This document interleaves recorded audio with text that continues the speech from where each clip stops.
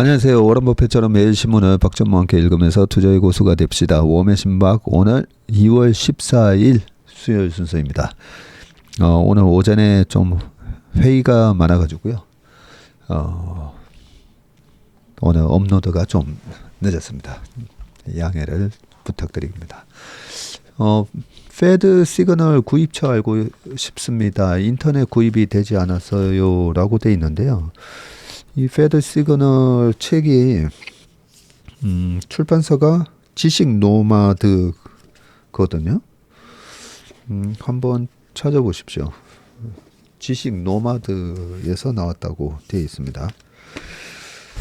네, 그리고 어제 이 모건 하우젤의 돈의 심리학 읽어드렸는데 조금 워낙 내용 하나하나가 주옥 같은 내용이 많아서 매일매일 조금씩만 요 인트로 부분에서 조금씩 읽어드려야 되겠다는 생각을 했습니다. 또 하나 제가 막 이 별표 치면서 읽었던 부분 읽어드리겠습니다. 금전적인 성공을 한 단어로 요약한다면 이라고 딱 시작을 하는데 103페이지인데 103페이지이고요. 그래서 저는 요 첫 문장을 읽는데 금전적인 성공을 한 단어로 요약한다고 도대체 뭘까 이런 생각을 순간 하게 됐거든요. 뭘 것 같습니까? 금전적인 성공. 우리가 뭐 좋은 말로 경제적 자유를 이룬다. 이런 얘기를 하는데 내가 경제적으로 돈에서 좀 자유로워지는 수준까지 돈을 벌고 싶다잖아요. 그러면 그 말이나 금전적인 성공이나 사실 똑같은 말인데, 그래서 한 단어로 요약한다. 어떤 단어인 것 같습니까? 그런데 이렇게 적혀 있습니다. 금전적인 성공을 한 단어로 요약한다면 나는 생존이라고 말하겠다.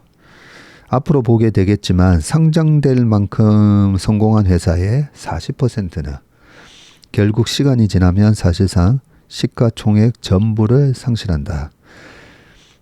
포브스에서 선정한 미국 400대 부자는 유산을 받거나 가족 간 증여 등이 있었던 경우를 제외하면 대략 10년간 평균 20% 정도의 수익률을 갖고 있다. 자본주의는 녹록지 않다. 그 이유 중 하나는 돈을 버는 것과 돈을 잃지 않는 것이 전혀 다른 별개이기 때문이다. 이 책은 읽을 때마다 정말 돈을 버는 것과 돈을 잃지 않는 것은 전혀 별개다는 거죠.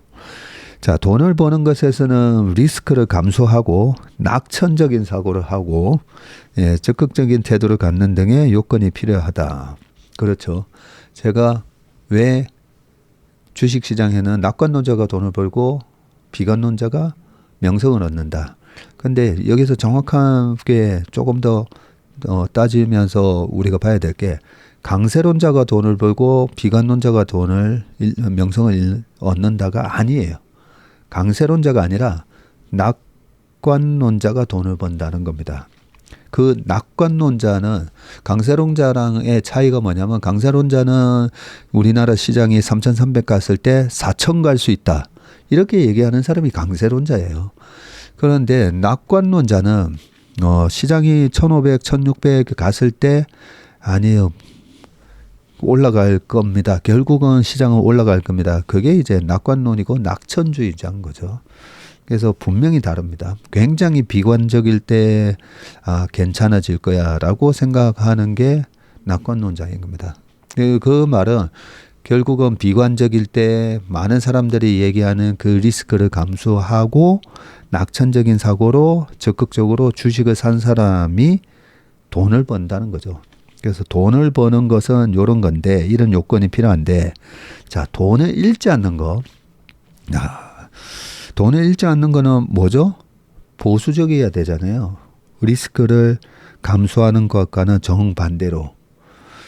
그리고 겸손해야 하고 또한 돈을 벌 때만큼이나 빨리 돈이 사라질 수 있음을 두려워할 줄 알아야 한다.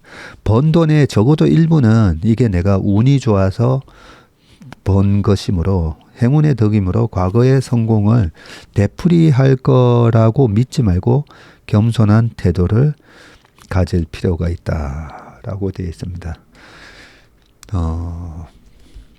그래서 저는 그래도 30년 동안 나는 어떻게 이 시장에서 살아남았지에 대한 이런 고민을 좀 많이 하는데요. 그 중에 일부는 비관적일 때 좀 낙관적이고, 그 다음에 제가 절대 빠릿빠릿한 성격은 아니라고 했잖아요. 밥도 한참 동안 다른 사람들 15분에 먹을 거 거의 3, 40분에 걸려서 먹고, 책 읽는 속도도 되게 느립니다. 책도 엄청 속도도 느리고, 그래서 절대 빨리빨리가 주식 투자에 있어서 반드시 필요한 충분 조건은 아니다라는 거는 제 스스로 이제 알게 됐습니다. 그래서 그 비관적일 때, 모든 우량 자산이 좀 싸졌을 때 주식을 살 수 있는 그거 하나만으로도 이 시장에서 살아남았다 보고요. 두 번째는 또 보수적인 게 있습니다. 저 종목을 대할 때는 굉장히 좀 보수적이라고 했죠. 왜냐하면 시장은 잘 봤는데 종목을 잘 못 봐서 크게 터질 수도 있잖아요. 그리고 그렇게 내가 틀릴 수도 있다라는 생각 때문에 분산 투자를 하는 겁니다. 돈을 화끈하게 빨리 벌려면 한 종목에 몰빵을 해야죠. 그런데 틀릴 수가 있잖아요. 틀릴 수도 있다라는 그 두려움 때문에 분산을 하는, 그게 결국은 돈을 잃지 않는 방법하고 돈을 버는 방법하고는 꽤 상반된 성격이 있다는 거죠. 그래서 이 구절을 읽어보면서도 주말에 저 생각을 했었거든요. 저희 회사 같은 경우에는 저희 직원들이 굉장히 좀 공격적입니다. 네. 근데 공격적인 저희 매니저들 보고, 아니 좀 또 이렇게 시장이 약간 조정받을 때는 또 좀 확 줄였다가 그 밑에서 다시 사고, 그런 마음이 왜 없겠습니까, 그죠? 그런데 제가 주말 동안 생각하면서, 그 공격과 수비가 다 되는 사람이 메이저리그 역사상에서도 2번 연속 만장일치 MVP가 됐다는 오타니 같은 선수가 굉장히 드물잖아요. 투수로서, 타자로서. 그런 오타니의 확률 정도로 있겠죠.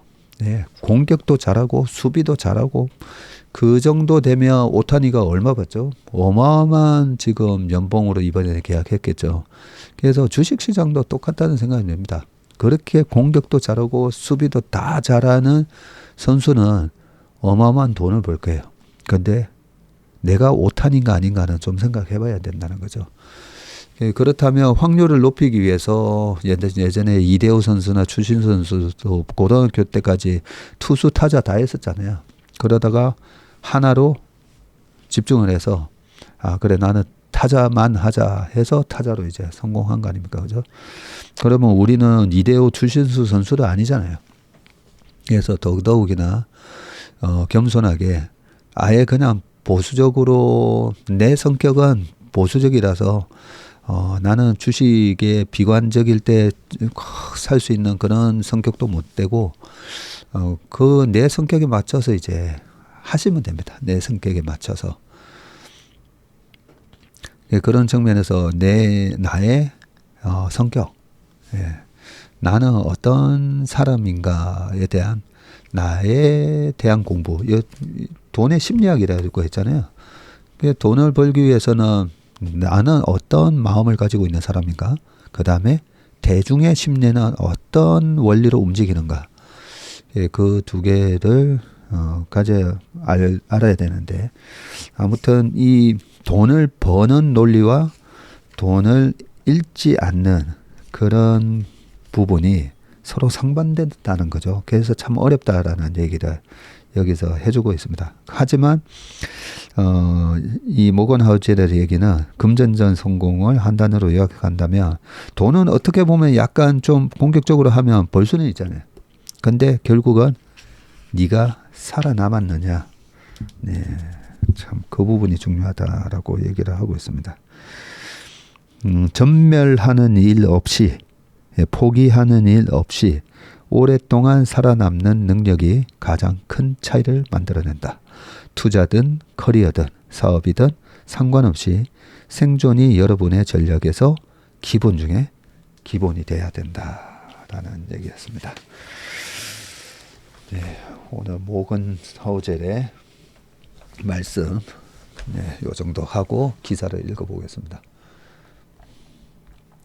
신문 기사를 읽는 것도 혹시나 내가 놓칠 수 있는 어떤 세상의 변화나 그죠? 기업 가치의 변화 아니면 어떤 큰 수급의 변화, 금융 시스템 위기가 혹시나 발생할지 모를 그런 가능성 이런 거를 하나하나 체크하는 그 마음도 어떻게 보면 보수적이고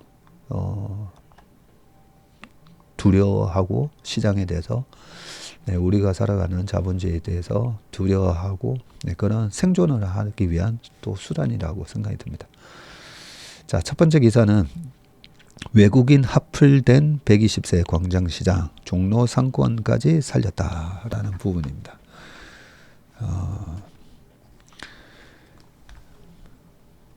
120년 재래시장의 놀라운 반전이라고 되어 있는데요. 지난 12일 오후 1시쯤 서울 종로구 광장시장 남이문 근처에 있는 한 프랜차이즈 카페 외국인 4-5명이 호떡이며 붕어빵을 들고 우르르 들어와서 아메리카노 등 커피를 주문했다. 이곳은 광장시장을 들르는 외국인 손님들이 꽈배기나 호떡 같은 길거리 디저트를 사 먹으며 각종 음료를 함께 사가는 곳 중에 하나라고 합니다. 주인 A씨는 요즘 광장시장에 각종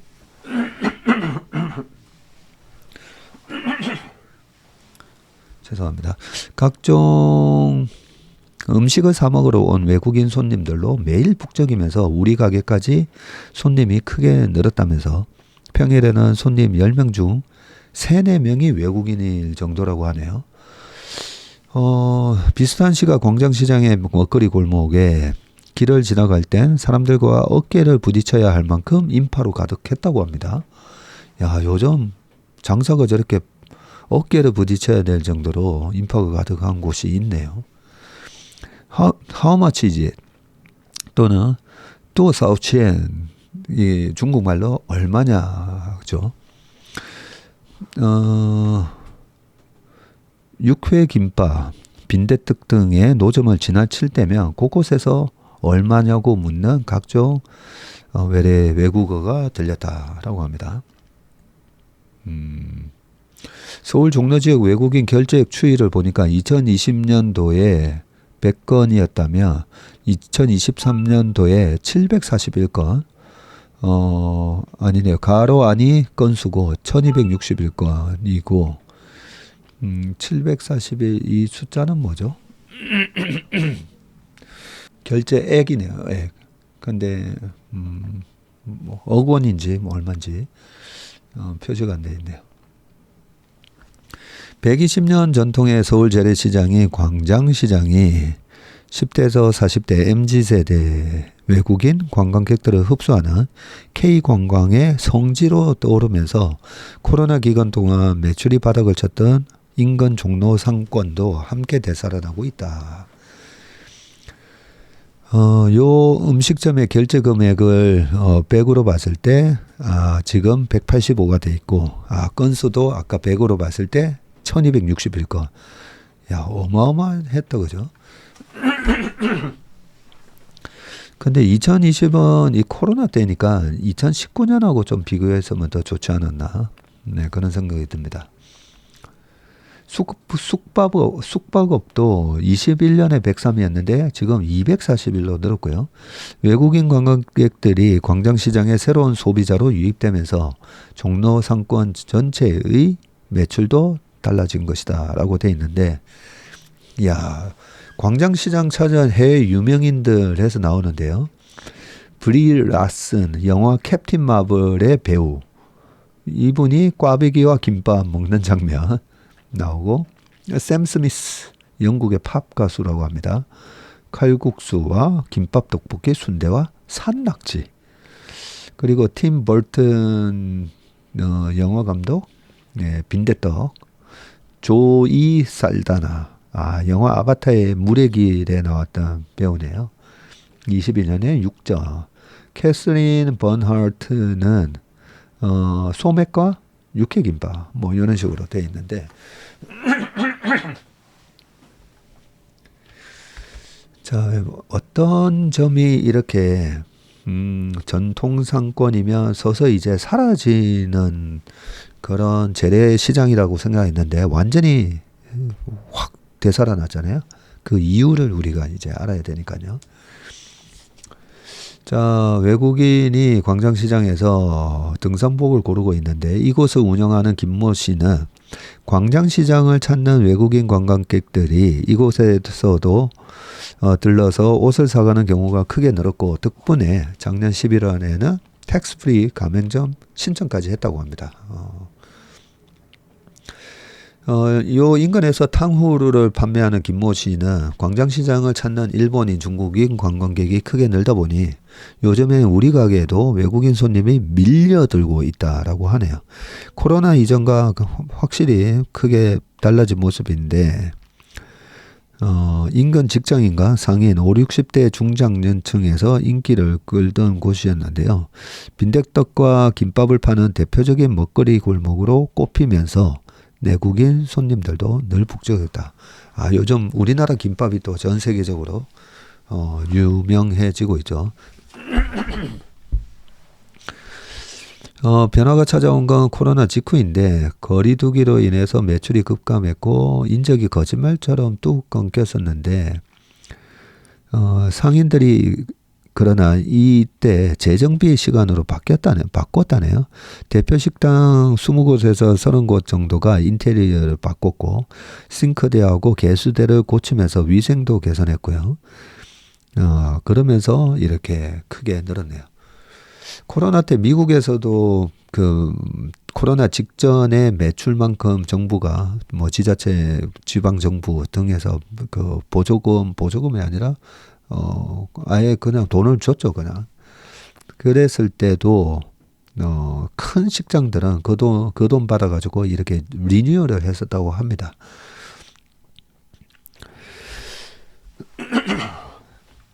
자, 광장시장의 새 변화는 인근 종각역부터 종로 5가 을지로 4가에까지 생기를 불러왔고요. 종각역 근처에 세운상가, 낙원상가는 최근 외국인 관광객의 발길이 급증한 또 다른 지역으로 꼽힌다고 하고요. 세운상가에 있는 카페 호랑이와 디저트 가게 빠우, 낙원상가 인근의 서울 레코드 LP펍, 익선동의 파스타옥 등은 최근에 젊은 외국인 고객들이 여행 후기를 잇따라 올리는 장소가 됐다고 합니다. 광장시장에 유명한 무슨 식당들 이런 게 쭉 나오네요. 로우로우, 그 다음에 찹쌀 꽈배기, 부촌 육화, 숙자매 찹쌀 호떡, 고향 칼국수, 박간의 빈대떡 등등 이렇게 명소들 나오고 있습니다. K 콘텐츠가 만든 반전이라고 되어 있네요.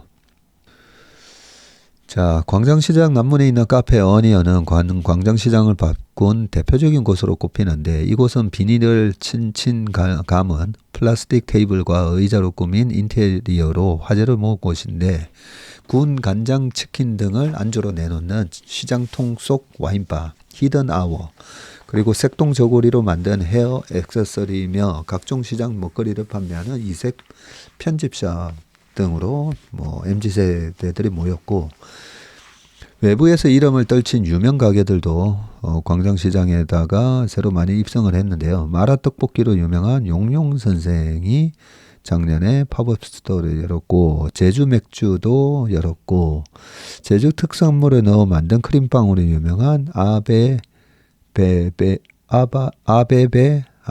베이커리, 그리고 충남 예산시장에 위치한 유명한 애플파이 맛집 사과당도 세종지에 털었다. 2019년 방영된 넷플릭스 오리지널 다큐멘터리 길 위의 셰프들 등에서 광장시장을 재조명해서 보여준 것도 손님들을 다시금 불러 모으는데 영향을 끼쳤다네요. 네.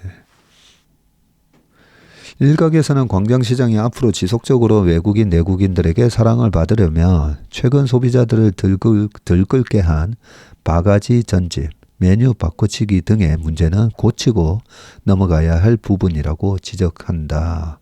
그러죠. 그러면 안 되죠.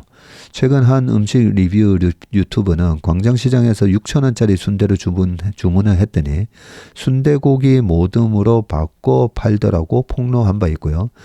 손님이 15,000원짜리 모듬전을 시켰는데도 음식점 주인이 양이 적다면서 더 주문할 것을 강권해서 논란이 되기도 했고요. 한 F&B 업체 대표는 상인회가 정량 표시제 등을 완전히 정착시키지 않으면 이 같은 문제는 계속 불거질 수 있다면서 광장시장이 서울을 대표하는 관광지로 안착하기 위해서는 이 부분을 반드시 먼저 해결하고 넘어가야 한다고 했습니다. 상인 일부가 여전히 카드 결제를 거부하고 현금 결제를 유도하는 경우도 있다는 지적도 계속 나오고 있고, 서울시의 상권 활성화 담당팀은 이에 미스터리 쇼퍼 제도 등을 도입해서 상인회가 스스로 자정 노력을 계속하는지를 지속적으로 감시한다는 계획이다. 네, 이런 부분은 반드시 고쳐야죠. 아까 이 돈의 심리학에서 말씀드렸던 돈을 버는 것과 지키는 것, 돈을 버는 상권을 만든 거잖아요. 근데 이 상권을 지키는 거는 또 다른 영역인데, 신뢰, 그 지키는 거에서 모든 영역에 저는 이 신뢰가 깨지면 거기서부터 댐이 무너진다라고 생각합니다. 네, 이런 거는 좀 없애야 된다, 그죠? 자, 두 번째는요, 배달 웹툰 시장이 줄고 공연 매출 감기가 늘었다? 코로나가 한창이던 21년 2월 8일 게임업체 NC소프트의 주가는 사상 최고치인 103만 8천 원을 찍었다. 그때 21년 1월, 2월 요때 고점 친 대형주들이 많습니다. 빅7 종목 중에 하나였었죠. 자, 사회적 거리 두개로 대면 접촉을 기피하면서 비대면 모바일 게임 인기가 하늘을 찌를 때였고요. 하지만 13일 NC소프트의 주가는 지금 20만 500원. 와, 80% 빠졌네요. 코로나 특수가 꺼지고 엔데믹이 뚜렷해지자 주가가 3년 만에 5분의 1 토막이 난 것이다. NC소프트의 작년 매출은 1년 전보다 31%나 줄었네요. 영업이익은 무려 75% 감소했고요. 위기의식을 느낀 NC소프트는 최근에 사모펀드 업계 출신인 박병무 VIG 파트너스 대표를 공동대표로 선임을 했네요. 기업 가치를 올리기 위한 개편 작업에 착수를 했고요. NC소프트가 금융인 출신을 대표로 선임한 것은 엔데믹 이후 고전하고 있는 게임 업계의 지각 변동의 상징이라고 말을 했습니다. 코로나 엔데믹으로 업종별 희비가 엇갈리고 있는데 모바일 게임이나 배달 웹툰 등 비대면 산업은 울상인 반면에 사무용 가구나 공연 등 대면 업종 실적은 호조를 보이고 있다고 합니다.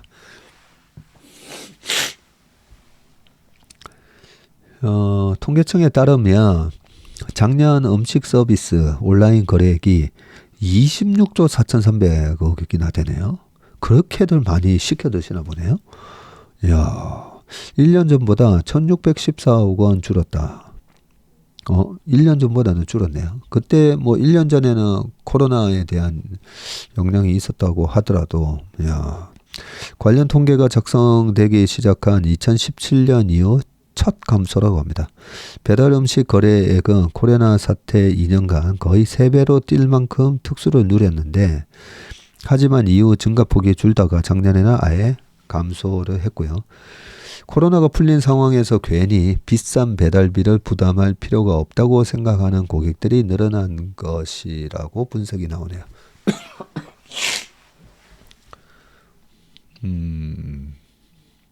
19년도에 9조 7천억이었다가 23년도에 26조가 됐네요. 그리고 코로나 시기 집에 틀어박혀서 웹툰을 즐겨보던 웹툰족은 감소 추세다. 아, 웹툰도 그러네요. 한국콘텐츠진흥원의 설문조사에 따르면 작년 주 1회 이상 웹툰을 본 이용자들의 비율은 62.8%로 1년 전보다 6.2%포인트 줄었다고 합니다. 즐겨보는 웹툰 작품이 있다는 응답률도 2년 전에 비해서 4.7%포인트 줄어든 63.9에 그쳤고요. 반면 엔데믹을 맞아서 항공, 여행, 공연업계는 코로나 이전 상태로 회복하거나 넘어섰는데 올해 설 명절 인천공항을 찾은 여행객 수는 일평균 19만 5,348명, 84명으로 추산됐고요. 작년보다 53%나 증가를 했네요. 코로나 이전이었던 2019년에 20만 2,085명에 97%까지 회복을 했습니다. 작년 뮤지컬과 콘서트, 대면 공연 매출은 역대 최대치인 1조 2,697억 원을 기록을 했고요. 아마 그 사이에 이제 가격이 많이 올라서 더 그럴 것 같습니다. 2년 전에 3배로 급증을 했다고 합니다. 사람들의 외출이 잦아지면서 백화점이나 휴게소 등에 있는 푸드코트 사업도 호황이고 CJ 프레시웨이의 단체 급식 매출액은 작년에 7,261억 원으로 2년 만에 59%나 늘었네요. 코로나 시기 재택근무를 하던 직장인들이 사무실로 복귀하면서 사무용 가구와 제품의 매출도 늘었고 사무용 가구 업체 퍼시스는 작년에 영업이익이 355억 원을 기록했는데 2008년 이후 최대치라고 하네요. 매장용 공기청정기도 인기고 청혼아이스는 작년 1월에서 7월 주요 공기청정기 제품들의 판매가 전년 동기 대비해서 20% 이상 증가했다고 합니다. 자, 코로나 때 철저한 방역으로 급감을 했던 감기 환자는 다시 증가하고 있고요. 작년 12월 24일에서 30일 요 52주 차의 독감 의심 환자 수가 외래 환자 1000명당 거의 50명, 49.9명을 기록을 했네요. 3년 전이 2020년 같은 기간에 관측된 1000명당 2.5명보다 무려 20배 가까이 치솟았습니다. 전문가들은 엔데믹 시기에 개인 방역 수준이 느슨해졌고 코로나 기간 동안 독감 환자 수가 적어서 자연적 면역이 약화했다는 점을 원인으로 꼽는다. 그래서 지금 저희 회사에도 감기 환자들이 뭐 그냥 한 바퀴 쫙 돌고 있습니다. 누구부터 시작했는지 모르겠지만 저부터 시작한 것 같기도 하고 쭉 돌아가지고 네, 독감 환자 수 요 얘기가 남일은 아닙니다. 거의 이제 한 바퀴 다 돈 것 같아요. 자, 그 다음은요. 이 부영 1억에 하이에나 세금 근소된 4,180만 원, 증여때는 3,640만 원. 자, 기업들의 사회 공헌 활동에 엄격한 조세 제도 문제가 없나? 윤 대통령이 기업의 출산 장려금에 대한 세제 혜택 등 인센티브를 주문한 것은 저출산 문제 해결을 위해서 정부 차원의 대응만으로는 한계가 있고 기업이 좀 나서야 한다는 판단에 따른 것인데 최근 기업들 중에서 출산 지원에 대한 직접적인 지원 이외에도 저출산 문제 관련 연구소나 재단을 설립하는 것 등 연구소? 연구소를 다양한 방식으로 추진하고 있다고 합니다. 하지만 이 같은 기업들의 공유 활동과 기부에 대해서 국내 조세 제도가 지나치게 엄격해서 오히려 걸림돌이 되고 있다는 지적이 나오는데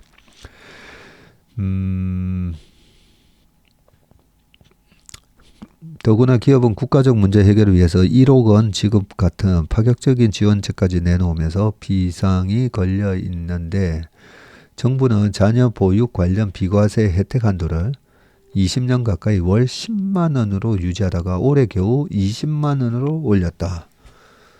네, 전문가들은 부영그룹의 출산 장려금을 계기로 기업들이 공익 차원에서 기부와 지원 활동을 할 경우 정부가 이를 지원할 수 있도록 세금 제도를 뜯어 고쳐야 한다고 지적을 했습니다. 무슨 문제가 있는지 좀 읽어봐야 되겠네요. 부영그룹이 자녀 1인당 1억 원이라는 파격적인 출산 장려금을 기획한 것은 국가적인 저출산 문제 해결에 기여를 하고 직원들이 양육비 부담 때문에 경력을 포기하는 것을 막으려는 취지죠. 하지만 제도를 설계하는 과정에서 예상치 못한 복병을 만나는데요. 세법상 기업이 직원에게 직접 장려금을 지급하며 이게 근로소득으로 합산돼서 직원들은 최대 4,180만 원을 세금으로 내야 한답니다. 부영은 직원의 세금 부담을 줄이기 위해서 자녀에게 직접 현금을 증여하는 방안을 또 선택을 했는데요. 이렇게 되면 직원의 세금 부담은 1,000만 원으로 줄지만 회사 입장에서는 증여를 비용으로 처리할 수 없어서 1인당 최대 2,640만 원, 총 18억 원 정도의 법인세 감면 혜택을 또 놓치게 된다네요.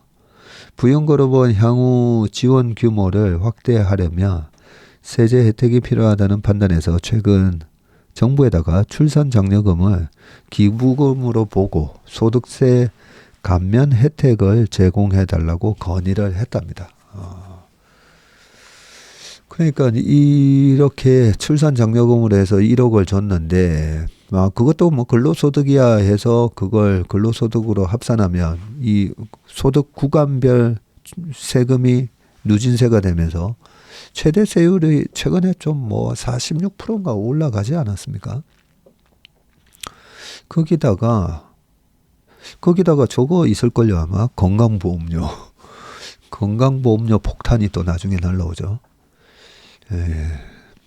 그러면 실제로 1억 원을 자녀 한 명당 1억 원을 하면 이 1억 원으로 잘 굴려서 애들 학비로 써야지 했다가 실제로 받는 돈이 반도 안 되게 될 수가 있겠네요.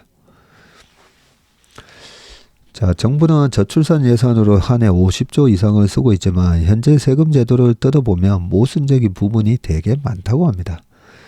네, 기업들은 직원들의 출산과 육아를 지원하기 위해서 출산 장려금과 교육비 등을 지원하는 곳이 많은데 유한양행이 자녀당 1,000만 원을 지급하고 있고요. 금호석유화학그룹도 첫째는 500만 원, 둘째는 1,000만 원 이상을 지급하고 있답니다. 현재 소득세법에서는 6세 이하 자녀의 보육과 관련해서 기업으로부터 받는 지원을 비과세 소득으로 규정하고 있고요. 문제는 비과세 한도인데 2004년 법이 시행될 당시 정해진 월 10만 원, 연간 120만 원이 20년 가까이 유지되다가 그 사이에 물가가 한 7배 오른 것 같은데요. 올해부터 월 20만 원으로 연간 240만 원으로 바뀌었다고 합니다. 이를 넘는 구간은 모두 기존 연봉과 합산되어서 이 구간을 넘으면 연봉하고 합산돼서 거액의 근로세를 물어야 한다는 것이다. 10대 그룹 관계자는 출산 육아 관련 복지를 늘려도 세금 때문에 실제 직원에게 돌아가는 혜택은 크게 줄어든다고 말을 했습니다. 이 같은 불합리한 세금 제도는 출산 장려금뿐만 아니라 다른 공익 활동에도 걸림돌이 되고 있고요. 현재 공정거래법에서는 자산 총액 10조 원 이상 그룹 소속 공익법인은 보유 주식으로 의결권 행사를 원칙적으로 할 수가 없고 적대적 M&A 등 예외적인 경우에만 의결권을 행사할 수가 있는데 이마저도 행사 한도는 계열사 지분까지 모두 합쳐 25%다. 게다가 이 제한은 내년에 26년에는 15%로 더 깐깐해지고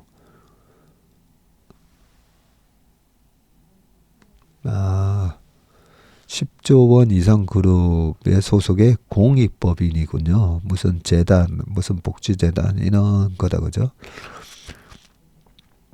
이 제한이 의결권이 내년에는 20, 내후년에는 15%까지 더 이렇게 줄어든다고 합니다. 이는 미국, 독일, 일본 등 주요국이 공익법인의 의결권 행사를 제한하지 않고 때로는 차등 의결권까지 부여하는 것과는 차이가 있고요. 기업의 공익재단 기부에 대한 사회의 부정적 시선도 공익활동을 위축시키는 요인으로 꼽힌다. 저출산 환경, 교육 등 사회문제 해결을 위한 재단 설립과 기부를 경영권 승계나 탈세 등과 연결지어 보는 시각이 남아있는 것이다. 한 대기업 관계자는 오해를 사면서까지 굳이 공익활동을 할 필요가 있을까 하는 회의가 들 때가 많다고 했고요. 최승재 세종대 법학과 교수는 공익재단을 그룹 계열사의 지배구조를 강화하는 수단으로 활용할 수 있다는 부정적 시각이 법에 투영돼 있다면서 까다로운 규제로 기업의 공익활동만 위축시키는 결과를 낳고 있다고 했습니다. 네.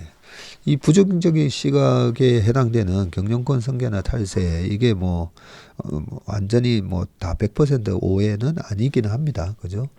네.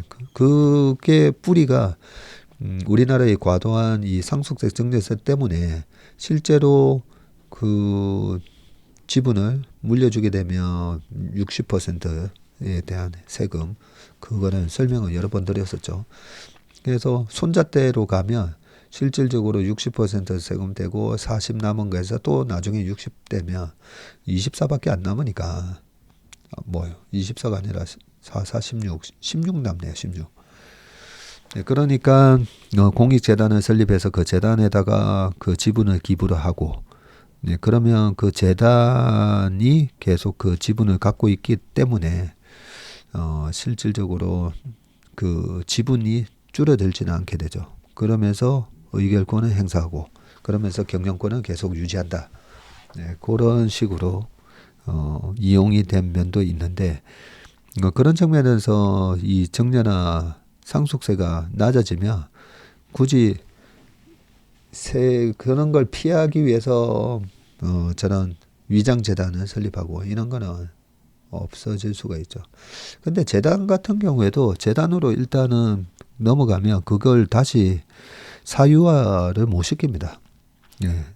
결국은 재단이 해체가 되면 결국 그게 다 서울시의 허가를 받아서 재단을 설립을 하게 되면 그게 다 국유화되는 걸로 그렇게 알고 있습니다. 자, 요 정도까지 하고요. 아무튼 좋은 뜻에서 직원들 출산 장려하기 위해서 하는 그런 공익성이 있는 거에 대해서는 빨리 이 부분이 좀 바뀌어야 되겠다, 그죠? 자, 그 다음은 플랫폼법 말 바꾸는 공정위라고 되어 있는데, 자, 시간을 갖고 다양한 의견을 듣겠습니다. 지난 7일 오전 10,000원이 된 공정거래위원회 기자실이 술령을 했다. 공정위의 올해 업무 계획 브리핑 자리였는데요. 최대 관심사는 공정위가 지금 의욕적으로 추진해온 플랫폼법, 플랫폼 공정경쟁 촉진법입니다. 이 법이 네이버, 카카오, 구글, 애플 같은 거대 플랫폼 회사들을 사전에 지정해 끼워 팔기 같은 불공정 행위를 신속하게 규제하려는 내용인데, 공정위가 설 연휴 전엔 구체적인 법안을 발표한다는 방침이었기 때문에 관련 내용이 나올 수 있다고 보고 기자들이 몰린 것인데, 그런데 공정위가 돌연 시간을 갖겠다고 하자 당황스럽다는 반응이 나왔고요. 이날 브리핑에서 조홍선 공정위 부위원장이 추가 검토라는 말을 반복을 했다네요. 법안 공개 시기에 대해서 특정할 수는 없으나 좀 걸리지 않을까 싶다라고 얘기했고요. 지난달 24일 똑같은 기자실에서 육성권 공정위 사무처장은 강한 의조로 법 제정이 늦어지면 공정위는 역사의 죄인이 될 것 같다라고 했는데, 불과 2주 만에 의조가 180도로 바뀌었다고 합니다. 공정위가 그간 플랫폼법의 핵심으로 강제해온 지배적 플랫폼 사전 지정 자체도 이젠 고집하지 않겠다는 입장이고요. 공정위가 갑자기 태도를 바꾼 거는 여론전에 밀렸기 때문이라는 분석이 있는데 최근 미국 재계와 국내 플랫폼 업계, 학계 등이 일제히 반대 입장을 내서 코너에 몰렸다는 것이고요. 특히 법안의 수혜자로 예상되는 중소형 벤처기업들까지도 반대하고 나선 것이 결정적이었다고 합니다. 공정위 내부에서는 벤처기업들이 협력관계인 대형 플랫폼의 눈치를 보는 상황이라서 제 목소리를 내지 못하는 것 같다는 말이 나왔고 공정위의 선의가 공정한 평가를 받지 못한다는 불만인데 그러나 선의로만 해결되는 일은 많지 않고 만약 거대 플랫폼의 영향력이 그렇게 세다면 공개적으로 법안 추진을 하기 전에 벤처기업들을 설득하기 위해 좀 더 노력했어야 했다. 중소형사들은 플랫폼법의 규제 대상이 아니라는 점, 유럽에서는 미국, 중국 플랫폼의 독과점을 막기 위해 비슷한 디지털 시장법이 통과됐다는 점 등을 충분히 납득시켜야 했다. 그렇게 하나둘씩 우군을 확보한 뒤에 법안 추진을 공식화했다면 지금 와서 말을 바꿔야 하는 곤혹스러운 처지에 몰리지 않았을 것이다. 여론전에서 밀려놓고 내 말을 안 들어준다고 뒤늦게 불평한다면 업계에 어떻게 비칠까? 작년 말 구글의 음원 스트리밍 플랫폼인 유튜브 뮤직이 멜론을 제치고 국내 음원 플랫폼 1위에 올랐고요. 유튜브 프리미엄 서비스를 사면 유튜브 뮤직을 공짜로 이용할 수 있는 끼워 팔기 전략 덕이다. 플랫폼법은 이런 횡포를 신속하게 막자는 취지고요. 그러나 공정위가 법안 추진을 미루면서 결과적으로 유튜브 등 외국 플랫폼이 방해받지 않고 더 오래 국내 시장을 휘저을 수 있게 됐다. 여론전도 전쟁이다. 전쟁은 항상 공정하게 이루어지는 것은 아니다. 저는 마트 가면 우유 살 때 항상 우유 옆에 요구르트 같은 거 붙어 있는 거 사거든요. 그거 끼워 팔기 그것도 그러면 불공정 행위인가요? 소비자가 다 선택하는 거 아닙니까? 소비자가 이걸 사면 이걸 갖다가 공짜로 준다고 해도 그 두 개 내가 내는 돈에 그 두 개의 합산 가치가 효용이 없다. 가성비가 안 나온다 하면 안 살 건데 그죠? 무조건 이렇게 끼워 팔기 어디까지가 공정한 건지 사실 잘 모르겠네요. 자, 4년 만에 반감기 비트코인 투자 심리에 불 붙여 7만 달러가 할까? 네, 어제 비트코인 5만 불까지 갔다는 얘기를 살짝 했었는데 비트코인을 뭐 투자는 하지는 않지만 비트코인의 시총이 그 100조인가 1000조인가 1000조 정도 되잖아요. 그런 큰 시총을 오랫동안 유지한다는 것 자체가 인정을 저는 오랫동안 3년 이상 어떤 가치가 유지가 되면 인정을 합니다. 그런데 모든 거품은 2년 이상 절대 못 갑니다. 2년에서 3년 전에 반드시 이제 거품이 박살나게 되어 있거든요. 그런 측면에서 비트코인이 다시 5만 달러까지 올랐고 2018년도에 2017년 말에서 18년 초에 우리나라 돈으로 한 2,800만 원 하고 난 다음에 그러고 나서 한 1년 뒤에 300만 원대까지 빠졌었잖아요. 그리고 이번에 6만 9천 달러까지 갔었으니까 21년 11월 달에 그러면 얼마예요? 우리나라 돈으로. 그때 환율이 그래도 한 1,100원이었으니까 한 8천만 원? 그죠? 근데 8천만 원 갔다가 이번에 15,000불까지 빠졌었죠. 그러고 다시 지금 5만 불 왔는데 그러면 저는 비트코인은 저 가상화폐 시장에 약간 기축통화구나 그렇게 생각을 하고 있습니다. 자, 여기 뭐 이런저런 얘기가 있는데요. 가상화폐 전문 매체 코인데스크는 22년 시작된 크립토 윈터는 끝났다. 가상화폐 침체기나 끝났고 윈터가 끝났고 지금 봄, 여름으로 들어가고 있나 보네요. 이 길세를 몰아서 11년 기록한 6만 9천 달러를 넘을 수 있을지 관심이 집중된다라고 되어 있고요. 그런데 비트코인 가격은 한 달 전만 해도 약세였다. 비트코인 현물 ETF가 승인이 되자 기존 투자가들이 셀드 뉴스 한 거죠. 그러면서 가격이 빠졌고 기대감이 ETF 승인에 대한 기대감이 선반영되어서 앞서 1년 동안에 160%나 급등을 했었죠. 그러나 현물 ETF 출시 당일 반짝 49,000달러 선을 넘겼던 비트코인이 다시 46,000달러로 내려앉았고 2주 만에 20%가 빠지면서 지난달 24일에는 39,000달러 선도 깨졌었습니다. 근데 그때 당시에 금리가 미국 국채 금리가 11월, 12월 달에 작년 10월 달에 기록했던 5%에서 한 3.6으로 급락하면서 11월, 12월에는 거의 뭐 비트코인, 그 다음에 주식 다 올랐죠. 그러다가 1월 달에 금리가 다시 반등을 하면서 주가도 약간 주춤했고 비트코인도 같이 좀 빠진 거라서 어느 정도 금리의 영향이 좀 있지 않았나 뭐 생각을 합니다. 전문가들은 최근 반등 이유를 비트코인 현물 ETF를 통한 비트코인 매수세가 폭발적으로 늘어난 효과로 보고 있고요. 가상화폐 자산운용사 코인쉐어즈에 따르면 비트코인 현물 ETF 거래가 시작된 지난달 11일 이후에 이들 비트코인 ETF에 순유입된 자금은 28억 달러인데 이 중 절반에 가까운 11억 달러가 지난주에 들어왔다고 하네요. 지난 9일에만 비트코인 현물 ETF가 12,000개의 비트코인을 사들이면서 하루 평균 약 900개인 신규 비트코인 생성 속도를 오히려 크게 앞질렀다고 합니다. 계속 비트코인 채굴을 하면서 하루에 이렇게 채굴되는 비트코인 수가 900개 정도 되나 보네요.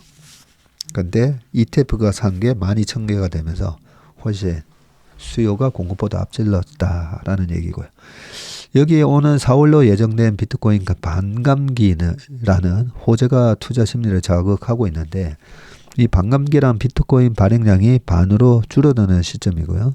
4년 주기로 돌아오고 있고 국제금융센터에 따르면 1차 반감기였던 2012년 11월부터 다음 반감기까지 비트코인 가격이 무려 92배나 올랐네요. 와. 야.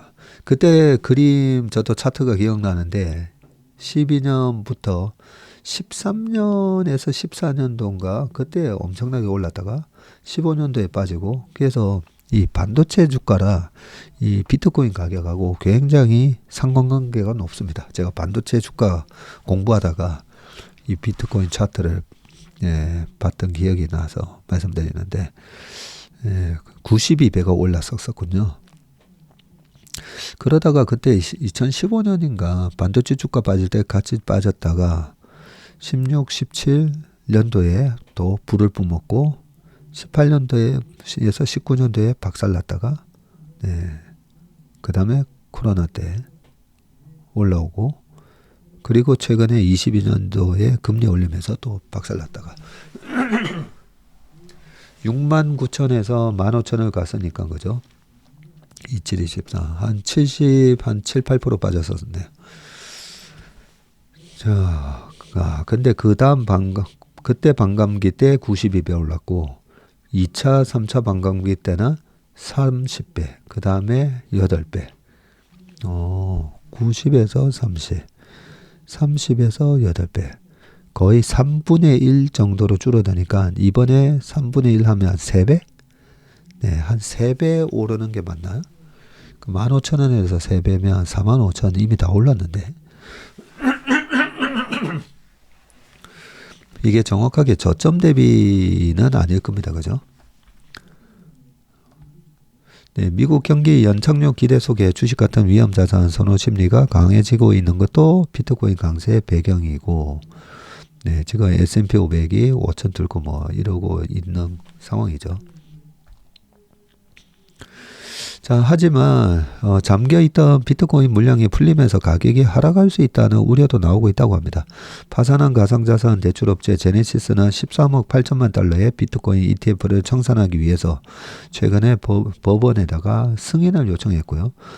또 파산한 거래소 마운트 곡스는 채권자들에게 비트코인 총 14만 2천 개를 배분하기로 했다고 합니다. 이런 대규모 물량이 시장에 풀릴 가능성이 있다는 것이다라고 되어 있습니다. 그래도 오늘 여기 이 기사에서 좋은 거 하나 배웠네요. 그 반감기 다음 반감기까지 그동안에 1차부터 딱 보면 92배, 30배, 8배. 그래서 이번에 그렇게 반감기라고 해서 과거의 사례만큼 크게 오르지 않을 수도 있다라고 좀 생각해야 될 것 같네요. 네, 읽어보길 잘했다는 생각이 듭니다. 마지막 기사는 현대차 인도 상장 시끌 실적 경쟁력 높아지면 이런 논란 잠재우겠죠라고 돼 있는데 이 현대차 인도 법인 상장이 주주 가치를 훼손하는 거냐 아니냐 요 부분인데 요 부분은 제가 다음 시간에 말씀드리도록 하겠습니다. 한번 쭉 읽어보시길 바라겠습니다. 네, 오늘 웜의 신박은 여기까지 하겠습니다. 고맙습니다.